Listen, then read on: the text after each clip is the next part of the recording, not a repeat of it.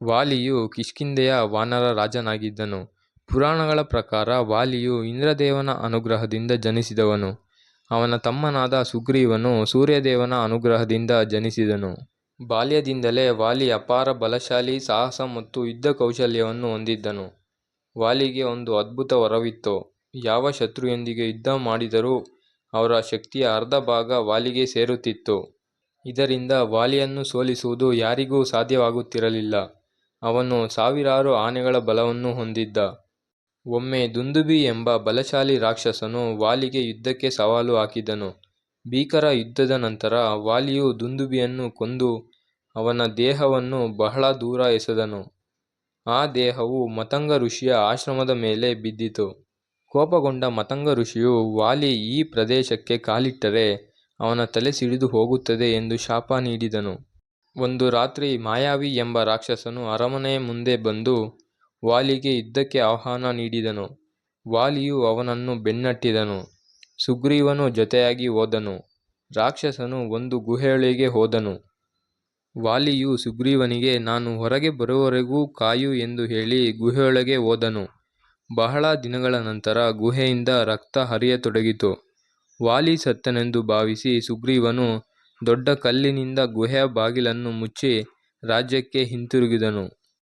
ಆದರೆ ವಾಲಿ ಜೀವಂತವಾಗಿದ್ದನು. ಅವನು ಹೊರಬಂದಾಗ ಸುಗ್ರೀವನು ತನಗೆ ದ್ರೋಹ ಮಾಡಿದನೆಂದು ತಪ್ಪಾಗಿ ಭಾವಿಸಿದನು. ವಾಲಿಯು ಸುಗ್ರೀವನನ್ನು ರಾಜ್ಯದಿಂದ ಹೊರಹಾಕಿದನು. ಅವನ ಪತ್ನಿಯಾದ ರುಮಾಳನನ್ನು ತನ್ನ ಬಳಿಯೇ ಇರಿಸಿಕೊಂಡನು. ಇದು ಧರ್ಮಕ್ಕೆ ವಿರುದ್ಧವಾದ ಕೃತ್ಯವಾಯಿತು. ಸುಗ್ರೀವನು ತನ್ನ ಪ್ರಾಣ ಉಳಿಸಿಕೊಳ್ಳಲು ಓಡಿಹೋದನು. ಸೀತೆಯನ್ನು ಹುಡುಕುತ್ತಿದ್ದ ಶ್ರೀರಾಮ ಮತ್ತು ಲಕ್ಷ್ಮಣರು ಸುಗ್ರೀವನನ್ನು ಭೇಟಿಯಾದರು.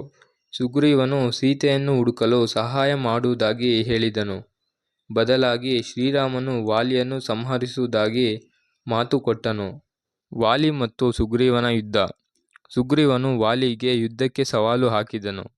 ಇಬ್ಬರೂ ಒಂದೇ ರೀತಿಯಾಗಿ ಕಾಣುತ್ತಿದ್ದ ಕಾರಣ ಮೊದಲ ಬಾರಿ ಶ್ರೀರಾಮನು ಬಾಣ ಬಿಡಲಿಲ್ಲ.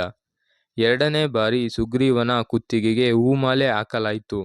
ಯುದ್ಧ ನಡೆಯುತ್ತಿದ್ದಾಗ ಮರದ ಹಿಂದೆ ನಿಂತಿದ್ದ ಶ್ರೀರಾಮ ತನ್ನ ಬಾಣದಿಂದ ವಾಲಿಗೆ ಬಿಟ್ಟನು. ಆಗ ವಾಲಿಯು ಸಾಯುವ ಪರಿಸ್ಥಿತಿಗೆ ಬರುತ್ತಾನೆ. ಗಾಯಗೊಂಡ ವಾಲಿಯು ಶ್ರೀರಾಮನನ್ನು ಕೇಳಿದನು, ನಾನು ನಿಮ್ಮೊಂದಿಗೆ ಯುದ್ಧ ಮಾಡುತ್ತಿರಲಿಲ್ಲ, ಹಾಗಿದ್ದರೂ ಅಡಗಿ ನನ್ನನ್ನು ಏಕೆ ಕೊಂದಿರಿ ಎಂದು ವಾಲಿ ಶ್ರೀರಾಮನಿಗೆ ಕೇಳುತ್ತಾನೆ. ಆಗ ಶ್ರೀರಾಮನು, ನೀನು ನಿನ್ನ ತಮ್ಮನ ಹೆಂಡತಿಯನ್ನು ಕರೆಸಿಕೊಂಡೆ, ರಾಜನಾಗಿ ಧರ್ಮವನ್ನು ಉಲ್ಲಂಘಿಸಿದ್ದೀಯ, ಅಧರ್ಮ ಮಾಡಿದವನಿಗೆ ಶಿಕ್ಷೆ ನೀಡುವುದು ರಾಜಧರ್ಮ ಎಂದು ಶ್ರೀರಾಮ ಹೇಳುತ್ತಾನೆ. ವಾಲಿಯ ಅಂತಿಮ ಕ್ಷಣ. ವಾಲಿಯು ತನ್ನ ಮಗ ಅಂಗದನನ್ನು ಶ್ರೀರಾಮನ ರಕ್ಷಣೆಗೆ ಒಪ್ಪಿಸಿದನು. ಸುಗ್ರೀವನಿಗೆ ರಾಜ್ಯವನ್ನು ಒಪ್ಪಿಸಿ ಧರ್ಮದ ಮಾರ್ಗದಲ್ಲಿ ನಡೆಯುವಂತೆ ತಿಳಿಸಿದನು. ನಂತರ ಶ್ರೀರಾಮನ ಪಾದಗಳನ್ನು ಸ್ಮರಿಸುತ್ತಾ ವಾಲಿಯು ಪ್ರಾಣತ್ಯಾಗ ಮಾಡಿದನು.